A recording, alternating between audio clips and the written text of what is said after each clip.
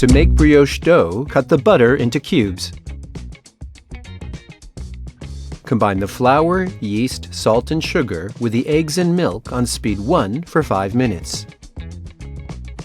Using chilled ingredients will make handling easier. Knead on speed 2 for 12 to 15 minutes. Incorporate the cubed butter on speed 1. Increase to speed 3 to 4 once the butter is incorporated and until the dough pulls away from the sides of the bowl, scraping down during kneading. Traditional Corman butter is easy to work with, incorporates well, and yields a smooth brioche dough. At the end of kneading, check the temperature, which should be between 24 and 25 degrees Celsius.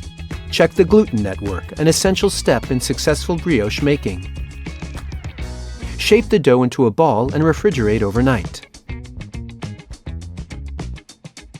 Once the brioche dough is ready, start shaping.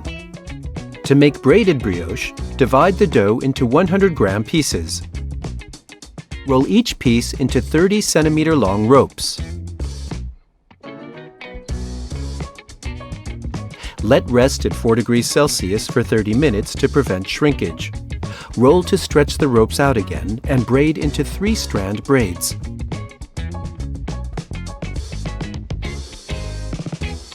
Place in molds and proof for 5 hours at 22 degrees Celsius. Brush the braided brioche with a mixture of egg yolks, milk, and cream, then sprinkle with pearl sugar. Bake in a 145 degrees Celsius convection oven for approximately 20 minutes.